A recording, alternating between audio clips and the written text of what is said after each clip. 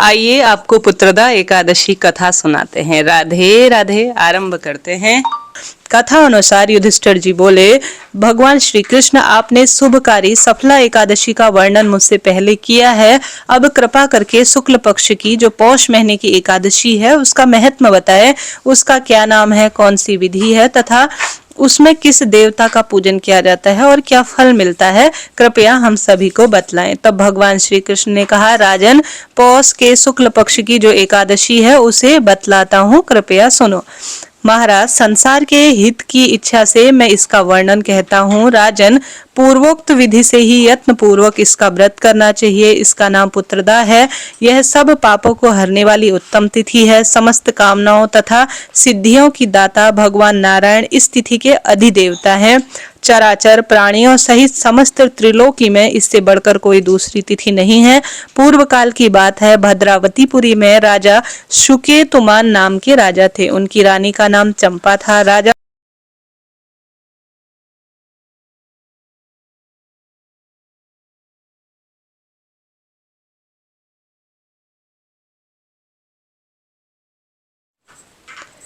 राजा को बहुत समय तक कोई वंशधर पुत्र प्राप्त नहीं हुआ था, अर्थात उनके पुत्र नहीं था। इसलिए दोनों पति पत्नी सदा चिंता और शोक में डूबे रहते थे। राजा के पितर उनके दिए हुए जल को शोक से युक्त होकर अर्थात शोक ग्रस्त होकर गरम गरम पिया करते थे। राजा के बाद कोई और ऐसा करने वाला नहीं दिखाई दे रहा था, तो हम लोगों का तर्पण कौन करेगा, यह सोचकर पितर काफी दुखी रहते थे। एक दिन राजा घोड़े पर सवार होकर गहन वन में चले गए। पुरोहित आदि किसी को भी इस बात का पता नहीं था। मृग और पक्षियों से सेवित उस सघन कानन में राजा भ्रमण कर रहे थे। मार्ग में कहीं सियार की बोली सुनाई पड़ती थी तो कहीं उल्लुओं की। जहां तहां रीछ और मृग दृष्टिगोचर हो रहे थे। इस प्रकार घूम घूम कर राजा उस वन की शोभा देख रहे थे। इतने में दोपहर हो गई। राजा को भूख और प्यास सताने लगी। वे जंगल की ओर जो है और ज्यादा बढ़ने लगे और उन्हें कहीं दूर दूर तक श्रेष्ठ रूप में जल की कलकलाने की आवाज सुनाई दी। अचानक से ऐसा होता है कि जल की खोज में वह इधर उधर दौड़ ही रहे थे। किसी पुण्य के प्रभाव से उन्हें एक उत्तम सरोवर दिखाई दिया, जिसके समीप मुनियों के बहुत से सुंदर आश्रम थे। शोभाशाली नरेश ने उस आश्रम की ओर देखा। उस समय शुभ की सूचना देने वाला सगुन होने लगा। राजा का दाहिना नेत्र और दाहिना हाथ फड़कने लगा, जो कि उत्तम फल देने की सूचना दे रहा था। सरोवर के तट पर बहुत से मुनि वेद पाठ कर रहे थे। उन्हें देखकर राजा को बड़ा हर्ष हुआ। वह घोड़े से उतरकर मुनियों के सामने खड़े हो गए और पृथक पृथक उन सब की वंदना करने लगे। वह मुनि उत्तम व्रत का पालन करने वाले थे। जब राजा ने हाथ जोड़कर बारंबार दंडवत प्रणाम किया, तब मुनि बोले, राजन, हम तुम पर बहुत प्रसन्न है। राजा बोले, आप लोग कौन हैं, आपके नाम क्या हैं तथा आप लोग किस लिए यहाँ एकत्र हुए हैं, यह सब सच सच बताइए। मुनि बोले, राजन, हम लोग विश्वदेव हैं, यहाँ स्नान के लिए आए हैं क्योंकि अब माघ का महीना निकट ही आ गया है। आज से 5वें दिन माघ का महीना अर्थात माघ स्नान आरंभ हो जाएगा। आज ही पुत्रदा नामक एकादशी है, जो व्रत करने वाले मनुष्यों को पुत्र प्रदान करती है। राजा बहुत प्रसन्न हो गए। राजा ने कहा, देवेश्वर देवगणों, यदि आप मुझसे प्रसन्न हैं तो मुझे पुत्र प्राप्ति का वरदान दीजिए। मुनि बोले, राजन, आज के ही दिन पुत्रदा नामक एकादशी है। यह व्रत बहुत ही प्रसिद्ध है, विख्यात है। तुम आज इस उत्तम व्रत का पालन करो। महाराज, भगवान केशव के प्रसाद से तुम्हें अवश्य ही पुत्र होगा। भगवान श्री कृष्ण कहते हैं, युधिष्ठिर, इस प्रकार उन मुनियों के कहने से राजा ने उत्तम व्रत का पालन किया।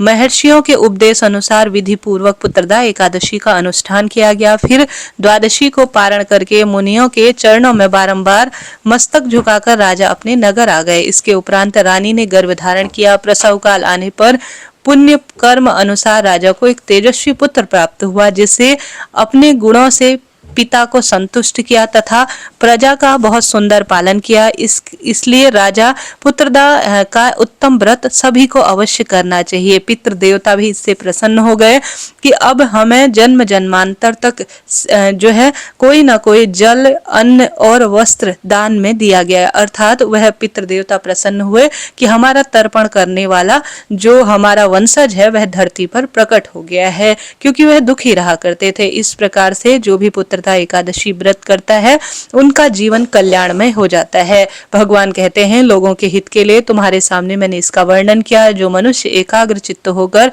सच्चे भाव सच्चे मन से पुत्रदा एकादशी व्रत करेगा उसके पुत्र की उसे प्राप्ति होगी और मृत्यु के पश्चात वह इस व्रत के प्रभाव से स्वर्गगामी होगा। इस महत्व को पढ़ने और सुनने से अष्ट होम यज्ञ के बराबर फल मिलता है। बोलिए श्री कृष्ण भगवान की जय, एकादशी माता की जय। प्रिय श्रोताजनों, एकादशी माता क्यों श्री नारायण को इतनी प्रिय है और एकादशी माता की क्या आरती है, क्या कथा है, सबसे पहले आइए उसे श्रवण करते हैं। सबसे पहले एकादशी माता की कथा सुन लेते हैं। कथा अनुसार श्री भगवान बोले, कुंती नंदन, प्राचीन समय की बात है। सतयुग में मूर नामक एक दैत्य था। वह बड़ा ही अद्भुत, अत्यंत रौद्र तथा संपूर्ण देवताओं के लिए भयानक था। उस काल रूपी दुरात्मा महासुर ने इंद्र को भी जीत लिया था। संपूर्ण देवता उससे परास्त होकर स्वर्ग से निकाले जा चुके थे और संकित और भयभीत होकर पृथ्वी पर विचरण कर रहे थे। एक दिन सब देवता महादेव के पास गए। वहां इंद्र ने भगवान शिव के आगे सारा वृतांत सुना दिया। इंद्र बोले, महेश्वर, ये देवता स्वर्ग लोक से भ्रष्ट होकर पृथ्वी पर विचरण कर रहे हैं। मनुष्यों में रहकर इनकी कोई भी शोभा नहीं है। देव कोई ऐसा उपाय बताएं जिससे देवता जो है किसी का सहारा ले सके। महादेव ने कहा, देवराज, सब यहाँ सबको शरण देने वाले, सबकी रक्षा में तत्पर रहने वाले, जगत के जगतपति और शरणागति देने वाले, सबकी रक्षा के लिए तत्पर रहने वाले जगत के स्वामी भगवान गरुड़ध्वज विराजमान है।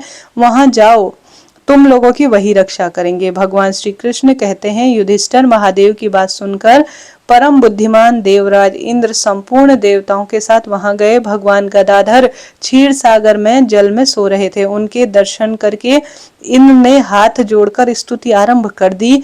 इंद्र बोले, देवेश्वर, आपको नमस्कार है। देवता और दानव दोनों ही आपकी वंदना करते हैं। पुंडरीकाक्ष, आप दैत्यों के शत्रु हैं। मधुसूदन, हम लोगों की रक्षा कीजिए। जगन्नाथ, संपूर्ण देवता मुर नामक जो दानव है उससे भयभीत होकर आपकी शरण में आए हैं। भक्त वत्सल, हमें बचाइए। देव देवेश्वर, हमें बचाइए। जनार्दन, हमारी रक्षा कीजिए और रक्षा कीजिए। दानवों का विनाश करने वाले कमल नयनन, हमारी रक्षा कीजिए। प्रभु, हम सब लोग आपके समीप आए हैं, आपकी ही शरण में पड़े हैं। भगवान, शरण में आए हुए देवताओं की सहायता कीजिए। देव, आप ही पति, आप ही नेहमति, आप ही कर्ता और आप ही कारक है।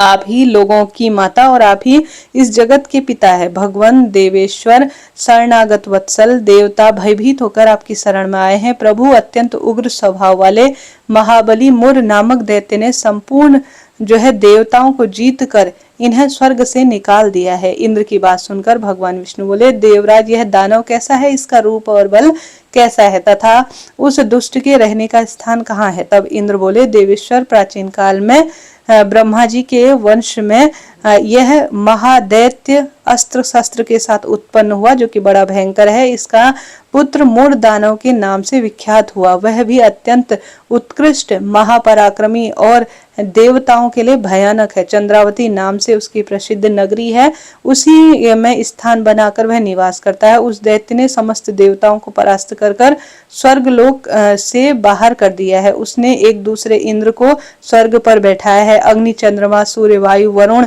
भी उसने दूसरे ही बनाए हैं।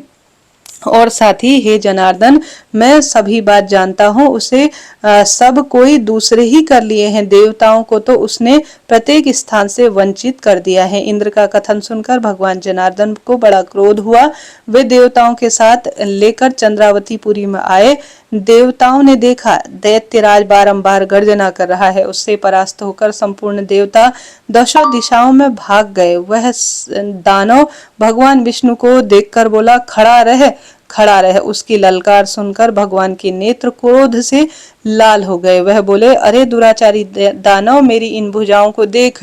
यह कहकर भगवान विष्णु ने अपने दिव्य बाणों से सामने आए दुष्ट को मारना आरंभ किया। दानव भय से कहरा उठा और पांडुनंदन तत्पश्चात श्री विष्णु ने दैत्य सेनापति पर चक्र का प्रहार किया, जिससे छिन्न भिन्न होकर वह सैकड़ों युद्ध में जो उसके योद्धा थे वह जो है मौत के मुख में चले गए। इसके बाद भगवान मधुसूदन बद्री के आश्रम में चले गए, अर्थात बद्रिकाश्रम चले गए। वहां सिंघावती नामक एक गुफा थी जो कि 12 योजन लंबी थी। पांडुनंदन उस गुफा में एक ही दरवाजा था। भगवान विष्णु उसमें थोड़ी देर आराम करते हुए सो गए। दानव मुर भगवान को मार डालने के उद्देश्य से लगा था। वह बड़ा हर्ष के साथ सोचने लगा कि यह दानव का भय देने वाला, अर्थात हम दानवों को यह भय देने वाला देवता है, अतः निसंदेह मैं इसे मार डालूंगा। युधिष्ठिर तब दानव के इस विचार को विचार करते हुए भगवान विष्णु के शरीर से एक कन्या प्रकट हुई, जो कि बड़ी ही रूपवती, सौभाग्यशाली और अस्त्र शस्त्र दिव्य रूप धारण किए हुए थी। वह भगवान के तेज से उत्पन्न हुई।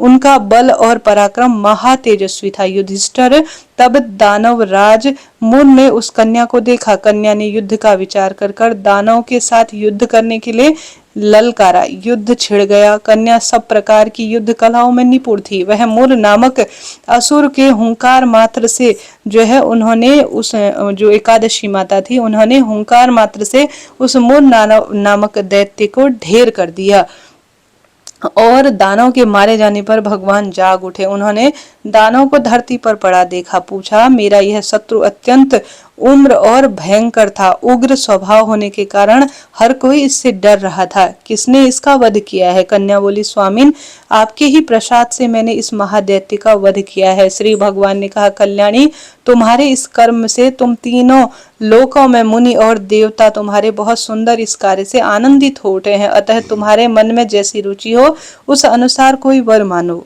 देव दुर्लभ होने पर भी वह वर मैं तुम्हें जरूर दूंगा, इसमें तनिक भी संदेह नहीं है। तब वह कन्या साक्षात एकादशी स्वरूप थी, जो कि भगवान के जो है मन मस्तिष्क से और जो है जिह्वा से और शरीर के अंगों से ऊर्जा रूप में प्रकट हुई थी। वह साक्षात एकादशी माता थी। उसने कहा, प्रभु, यदि आप प्रसन्न हैं तो मुझ पर कृपा कर आप ऐसा सुंदर वरदान दीजिए कि मैं सब तीर्थों में प्रधान हो जाऊं, समस्त व्रतों को मैं सिद्ध करने वाली हो जाऊं और सब विप्रों का मैं नाश अर्थात पापों का नाश करने वाली हो जाऊं और सब कार्यों को सिद्ध देने वाली हो जाऊं। तब भगवान बोले, तथास्तु प्रभु, इस तरह से यह सुंदर बात है जो कि शास्त्रों में लिखी गई है। एकादशी माता का व्रत करने से सौभाग्य बढ़ता है और दुख दारिद्रता का स्वतः ही अंत हो जाता है। आप सभी सुंदर रूप में इस कथा का रसवादन किए। आपका धन्यवाद और आभार। अब आइए एकादशी माता की आरती कर लेते हैं। ओम जय एकादशी माता, मैया जय एकादशी माता, विष्णु पूजा व्रत को धारण कर शक्ति मुक्ति पाता। ओम जय एकादशी माता, तेरे नाम गिनाऊं देवी, भक्ति प्रदान करनी मैया, भक्ति प्रदान करनी, गणवरव की देनी माता, शास्त्रों में वरनी। ओम जय एकादशी माता, मार्गशीर्ष के कृष्ण पक्ष की उत्पन्ना, विश्व तारिणी जनमी मैया, विश्व तारिणी जनमी, शुक्ल पक्ष में होई मोक्षदा, मुक्तिदाता बन आई। ओम एकादशी माता, पौष के शुक्ल पक्ष की सफला नामक है मैया, सफला नामक है, शुक्ल पक्ष में होय पुत्रदा, आनंद अधिक रहे। ओम जय एकादशी माता, नाम सठ तिला माघ मास में कृष्ण पक्ष आवे मैया, कृष्ण पक्ष आवे, शुक्ल पक्ष में जया कहावे, विजय सदा पावे। ओम जय एकादशी माता, फाल्गुन विजया फाल्गुन कृष्ण पक्ष शुक्लाम की है मैया शुक्लाम की है। पाप मोचनी कृष्ण पक्ष में चैत्र महाबली की। ओम जय एकादशी माता चैत्र शुक्ल में नाम कामदा धन देने वाली मैया धन देने वाली। नाम वरुथिनी कृष्ण पक्ष में बैसाख माहवाली। ओम जय एकादशी माता शुक्ल पक्ष में होय मोहिनी अपरा ज्येष्ठ कृष्ण पक्षी मैया अपरा ज्येष्ठ कृष्ण पक्षी। नाम निर्जला सब सुख करनी शुक्ल पक्ष रखी। ओम जय एकादशी माता योगिनी नाम आषाढ़ में जानो कृष्ण पक्ष करनी मैया कृष्ण पक्ष करनी। देव शयनी नाम कहायो शुक्ल पक्ष धरनी। ओम जय एकादशी माता कामिका श्रावण मास में आवे कृष्ण पक्ष कहिए या कृष्ण पक्ष कहिए। श्रावण मास में होय पवित्र आनंद से रहिए। ओम एकादशी माता अजा भाद्रपद कृष्ण पक्ष की परिवर्तिनी शुक्ला मैया परिवर्तिनी शुक्ला। इंद्राश्विनी कृष्ण पक्ष में व्रत से भव सागर निकला। ओम जय एकादशी माता पापा कुंशा शुक्ल पक्ष में आप हरनहारी मैया आप हरनहारी। रमा मास कार्तिक में आवे सुखदायक भारी। ओम जय एकादशी माता देव उत्थानी शुक्ल पक्ष की दुष्नाशक मैया मैया दुख नाशक मैया। पावन मास में करो विनती पार करो नैया। ओम जय एकादशी माता परमा कृष्ण पक्ष में होती जन मंगल करनी मैया जन मंगल करनी। शुक्ल पक्ष में होय पद्मिनी दुख दारिद्र हरनी। ओम एकादशी माता जो कोई एकादशी की भक्ति सहित आरती गावे मैया भक्ति सहित गावे। जन गुर दीता स्वर्ग का वासा निश्चय वह पावे। ओम जय एकादशी माता जय जय एकादशी माता जय जय एकादशी माता। बोलिए एकादशी माता की जय। प्रिय श्रोताजनों, आज के शुभ दिन में मैंने एकादशी माता से जुड़ी हुई संपूर्ण बात आपको बताई। आशा उम्मीद है आप इस कथा को सुनकर आनंदित हुए होंगे।